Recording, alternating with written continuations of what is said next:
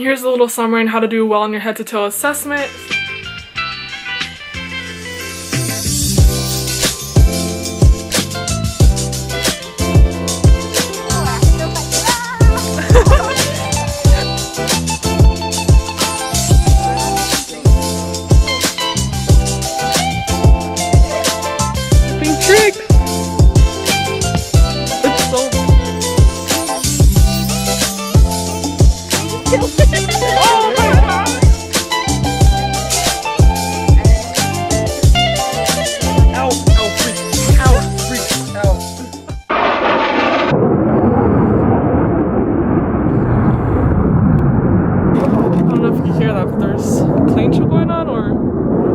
Practicing something. It happens every year. It's like a whole shebang with beer. I don't know if they're practicing, if it's actual day performance. It's really loud. I literally skated over because I don't know if you can still hear, but it sounded like the world was ending. It was just really loud earlier. Not as loud now. I don't know. They said it was like a F-18 flying. If you know airplanes, you probably know what that is, but yeah, they're still going on. It was a whole weekend event. I missed Friday and Saturday's noise because I was camping. Yeah, I'll wait till the food comes, so it's better.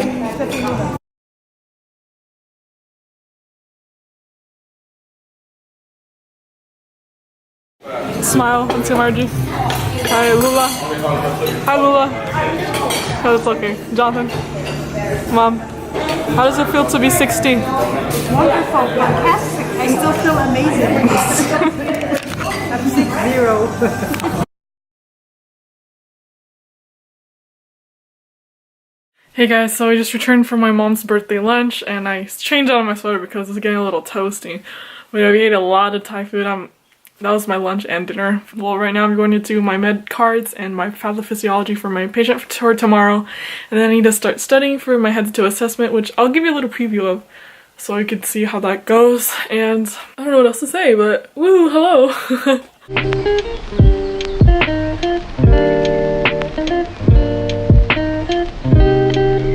Okay, so I just ran through a full head to toe assessment with my brother and I'm literally about to lose my voice. When we do these head to toe assessments, we have 25 minutes max. And I talked the whole time through. And yesterday, my friend and I practiced like maybe 4 times. So that, and then today, and just talking in general, like my voice is feeling the pain. Hopefully my voice doesn't die by tomorrow because that's my test. It can die afterwards, but I need it to be there. But yeah, so I think I'm not going to show you guys head to toe until after it's over tomorrow.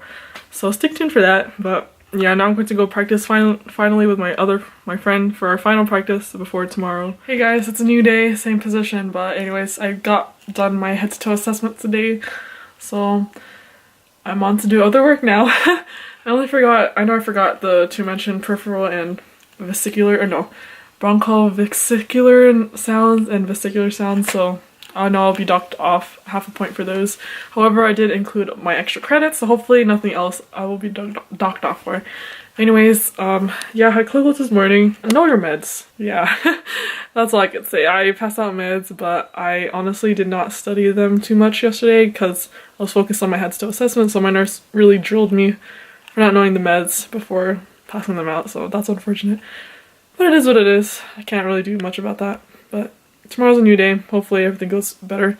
And I'm just gonna do some more work now. Finishing up some assignments due tomorrow, an assignment due Thursday, and also studying for a quiz on Thursday. Alright, on to studying once more.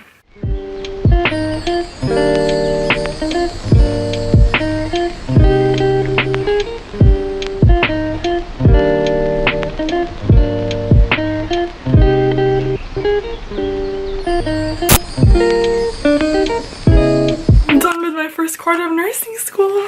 Wow, what a ride. I basically just skipped all the parts of my struggles and have ended up here. But yeah, I just had my last final this morning and it feels weird now that I don't really have any responsibilities currently, but I'm done. I just saw my grades for one of my classes that I finished, which I took the final on Monday, and I actually ended up with an A, surprisingly, because I dug myself into a hole. It was a shallow hole though, but I'm surprised I pulled through at the end. So I'm just waiting on today's final. The grades will be up tomorrow, and hopefully I end up with an A, but I don't know. We'll see. I'll let you know. But hey, it's editing me from the future. Anyways, I didn't really tell you how I ended up with this quarter. I ended up having 2 A's and a B+, an A in my nutrition class, A in my fundamentals of nursing, and I got a B+ in my health assessment class, which I understood I got because I really didn't do well on the first test, but it's all good. I'll do better next quarter. I didn't do too bad. I got on the dean's list, so I mean, that's cool. So yeah. Dang. What to do now? Well, the plan is I'm gonna deep clean my room, deep clean my car. I'm gonna burn those papers over there. Just kidding, I don't know. I'm the type to keep all my assignments from previous courses. I'm just gonna put that somewhere, and then I'm gonna go thrift shopping, update my online store, which I'll probably do right now. I need to find myself a new job for the summer. Upload some more on my main channel, just a lot of things planned, okay? Woohoo! Onto a new portion of my life. No more in the life of a nursing student, now it's in the life of a nursing student out of class in the summer. Hey everyone, it's already like I think 3rd week into summer, but I'm just gonna interject into this vlog and show you how I studied from my head to toe because I did really well. I ended up getting a 98%. Let me just show you what I did, and hopefully this can help you guys out. And I'll give you a little run through of the cranial nerves, not everything just because it'd be like 25 minutes long, and plus depending on your school they might require you to say certain things and leave out certain things, so it just depends. But I know for sure they'll definitely test you on cranial nerves. At least for my school, they tested us on all of them, so I'll just show you it because it's a big chunk of your head to toe. So anyways, what I studied for it, what I did was I made a script. I actually took reference from an old script a previous student had, and then I made it to work with the requirements for my quarter, my actual head to toe. So my teachers actually gave us a study guide and what to study and what to expect, what they expect us to say, and the points for each thing, even adding some of the extra credit points you could earn. So going off of that, basing off of that, I made my head to toe script using the textbook. So they said everything they're testing on is on this textbook. For us, it was the Jarvis one. You guys might be using a different one, but anyways, I took everything from that textbook and put it in my script in a condensed way with just what they are expecting us to say. So let me just show you what it looks like. This is what my script looked like. I just put a title, obviously, and then I started in the order, literally the same order that my the paper of what they expect us to say in. And then I put each of the sections in order of how I'm going to say them in my actual head to toe, and it's in an order in which is systematic that makes sense to me. So everything is basically literally from head to toe. So obviously I have the basic starts of like introducing myself, asking questions, then starting vital signs, but then once I start looking at each of the body parts of my clients, I have them in like head to toe order. So like literally from the head to the eyes to the ears, nose, neck, nervous system, all the cranial nerves, motor system, sensory system, skin, thorax and lungs, peripheral vascular system, and hearts. Lastly, the abdomen. So there is a systematic way in doing this. Also, it's in a way in which the client moves from sitting up straight, facing a different way, and then lying down at the end. I included some visual pictures because I'm a visual learner, so that helps me a lot, especially for the lung fields and also listening to the heart. So basically, what I put in all the skills that my teachers expect us to show in order underneath the category, let's say. For example, I write what I'm looking for in the order in which it should be performed. Like for example, for the abdomen, I put in order of first inspecting, then auscultating, then percussing, then palpating. I put the actual skill I need to perform and how to do it correctly. And then in the light blue, I put the findings that they want us to state.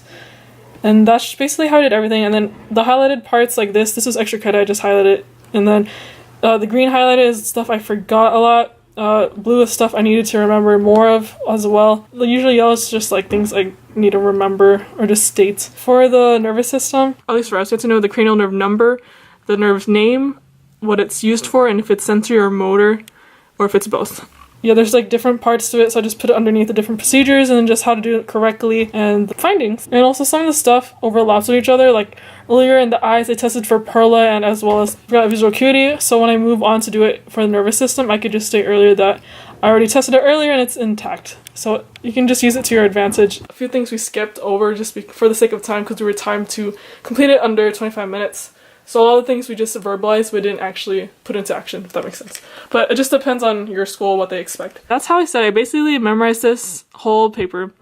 I don't have it memorized now, I don't think. I think I refreshed myself a little bit, I will get it down, but I did have that all memorized and I finished it in 20 minutes I had a lot of extra time to really think and try to remember what I forgot to say. I did forget 2 things, the lung fields, the bronchovesicular and vesicular sounds. I did that test wrong, the whisper test. Anyways, after you made your script, I recommend going through your script, reading it, understanding each of the correct ways to do it. So you have your partner, so definitely practice with your partner after you've kind of gotten the gist of it. Don't freshly just start like learning with your partner. I'd suggest learning it by yourself first. Have a baseline and then go with your partner and practice together.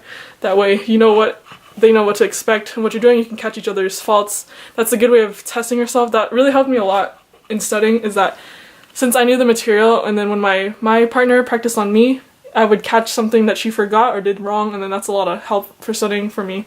But that's only after you've already learned the material, at least a baseline at the very minimum. Go through it with sections by section. So like, let's say for the first section, do just everything from the head to your neck.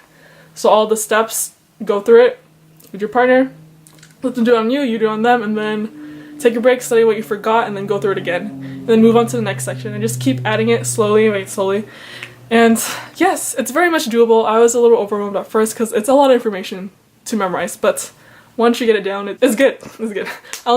We only studied like 3 days before our head-to-toe exam, so it's definitely doable.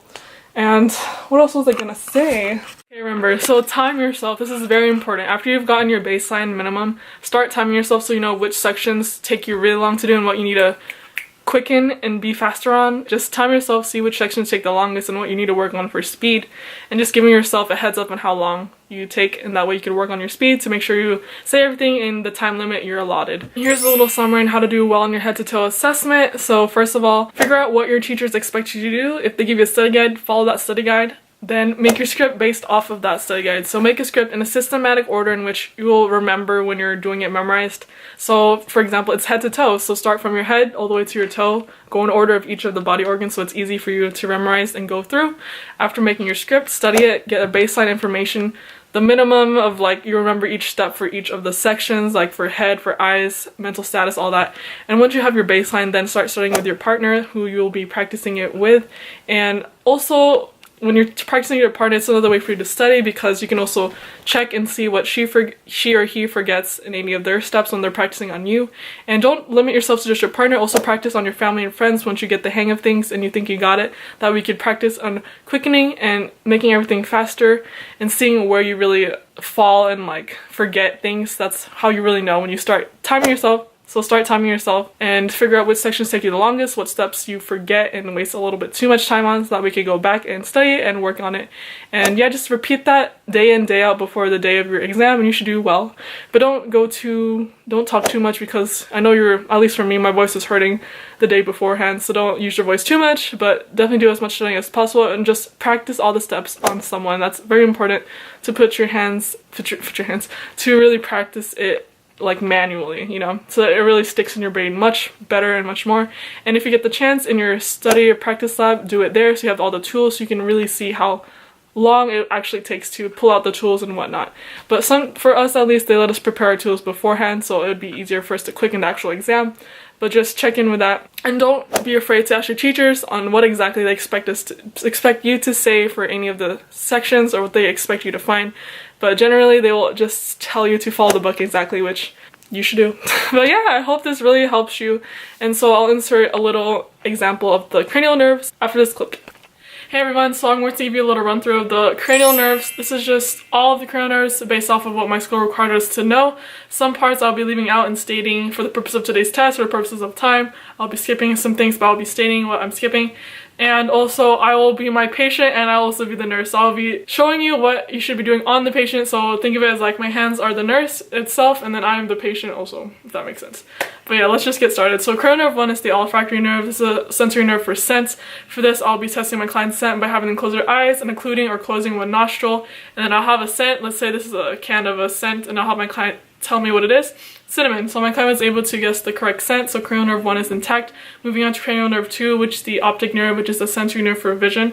For this, I'll be testing visual acuity with a Rosenbaum chart. I'll just pretend it's here. I'll have my client hold it 14 inches away from their face, covering one eye, and reading the smallest line on the bottom, 1, 2, 3, 4, 5, 6. My client was able to read the smallest line correctly, so my client's visual acuity is 20/20 on their right eye with no corrective lenses. Moving on to a test for my client's peripheral vision with the confrontation test. So for this, I'll be eye level with my clients. I'll be 2 feet away from my client, eye level, and then I'll have my client, I'll be covering the opposite eye of my client, so I'll have my client cover the right eye, so then I would be covering my left eye. And then every time my client sees my wiggling fingers come into the peripheral view, I have them say now. Now. Now. And then you have to make sure you switch your hands. Now. Now. As in, the nurse switch your hands, not the patient. So my client was able to see my wiggling, say now, at the same time that I saw my wiggling fingers come into view. So cranial nerve 2 is intact, and also normally in a clinical setting, I would use the ophthalmoscope to look at the optic nerve, but I will not be doing so for today's test. Moving on to cranial nerves 3, 4, and 6, which are the ocular motor nerve, the trochlear nerve, and the abducens nerve, all of which are motor nerves for the movement of the eyes. So for this, I'll be doing the 6 cardinal gaze of field test. So for this, I'll have my client follow my finger with only their eyes and not moving their head.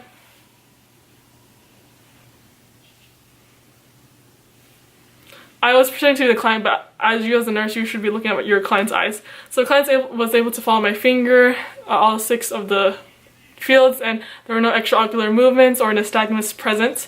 So moving on, I would test for perla. For this, I would use a pen light, and I would shine it at the side of the first eye, checking for, well, first of all, perla stands for pupils are equally round and reactive to light and accommodation. So with this pen light, I'd be shining at one of the eyes and testing to check for constriction. Then I'll be shining light at the same eye at the side, and checking the other eye for concentric constriction, which both occurred. And then I'll be testing for, oh, at the same time while I was doing that, I'll have my client look at a far distance behind me so that their eyes are dilated. Then I'll test for my client's accommodation, having my client stare at the wall far behind me, then staring at my finger about 4 inches away from the face and following my finger. And so my client's eyes were able to constrict and converge consensually. So perla is intact. So also I'll be checking for my client's palpable fissures, so I'll have my client close their eyes and open. So my client's palpable fissures width is symmetrical bilaterally. So the cranial nerves 3, 4, and 6 are intact. So moving on to cranial nerve 5, which is the trigeminal nerve. This is a motor and sensory nerve for the mastication muscles and for the face sensation. So for this, I'll have my client clench their jaw while I palpate their masseter muscles and the temporal muscles, so it should look something like this. And then I'll have my client resist me from opening their jaw. So my client's masseter and temporal muscles were equal, symmetrical bilaterally, and also my client was able to resist me from opening their jaw. Now I would test for light for sensation by having a cotton ball and having my client close their eyes. And I would be testing on 3 of their locations on their face, and I want my client to say down whenever they feel the cotton ball. Now, now, now. So my client was able to feel each time the cotton ball hit their face, so cranial nerve 5 is intact. Moving on to cranial nerve 7, which is the facial nerve. This is a motor and sensory nerve for facial movement and for the 2/3 anterior taste of the tongue. I will not be testing taste for today's purposes. For the motor part of it, I'll have my client smile, frown, raise their eyebrows, puff out their cheeks, and close their eyes tightly without letting me open their eyes. So my client's facial expressions were symmetrical bilaterally. My client was able to resist me from opening their eyes, and also the air was released on both sides of their cheeks equally. So cranial nerve 7 is intact. Moving on to cranial nerve 8, which is the acoustic nerve. This is a sensory nerve for hearing. For this, I'll be doing the 3-word whisper test. So I would be standing, if I'm testing my client's left ear, I'll be standing at least standing 1 to 2 feet away from my clients. I'll have my clients repeatedly tap their tragus, which is this part of the ear, during the whole test on the opposite ear as I'm testing their left ear. So I'll be whispering 3 2-syllable letter words, and I want my client to repeat what I'm whispering. So I'd say happy, happy, study, depressed. So my client was able to hear each of the 3 words and state them correctly. So the cranial nerve 8 is intact. Moving on to cranial nerve 9, which is the glossopharyngeal nerve. This is a motor and sensory nerve for phonation, swallowing, and the 1/3 posterior taste of the tongue. Once again, I'll not be testing taste for today's purposes, and also I will not be testing for the gag reflex. This test, I will be doing hand hygiene, putting on gloves, have a tongue depressor. I would depress my client's tongue, have them say ah while I look at their and I should see their tonsillar pillars move immediately and their uvula and soft palate rise, all of which occurred. So cranial nerve 9 is intact. Moving on to cranial nerve 10, which is the vagus nerve. This is motor and sensory nerve for talking, swallowing, and general sensation. So my client throughout this whole exam was able to talk back to me and answer appropriately. So speaking is intact, and also I'll have my client swallow for me. I'm kind of able to swallow, so cranial nerve 10 is intact. Moving on to cranial nerve 11, which is the spinal accessory nerve. So this nerve is the motor nerve for the movement of the trapezius muscle and the sternocleidoid mastoid muscle. So for this, I'll have my client move their face against my resistance on my hand and on the opposite side, and also move their shoulders up against my resistance. So my clients was able to move their head against my hand resistant, and the strength was symmetrical bilaterally, and also they were able to raise their shoulders against my resistance, and the strength is equal symmetrically bilaterally. So cranial nerve 11 is intact. Finally, cranial nerve 12, which is the oh crap, I just knew it. It's a motor nerve for the movement of the tongue. It's the pharyngeal. Okay, let me check. Dang it, I was doing so well, guys. It is the hypoglossal nerve, which is a motor nerve for the tongue. For this, I'll have my clients stick out their tongue, and I want them to say the words light, tight, and dynamite. Light, tight, and dynamite. So I would have seen my clients' midline of their tongue thrust as it was sticking out, and the letters L, T, D, and N were clear and distinct when they were saying light, tight, and dynamite, and there were no tremors or wasting present on their tongue, so cranial nerve 12 is intact.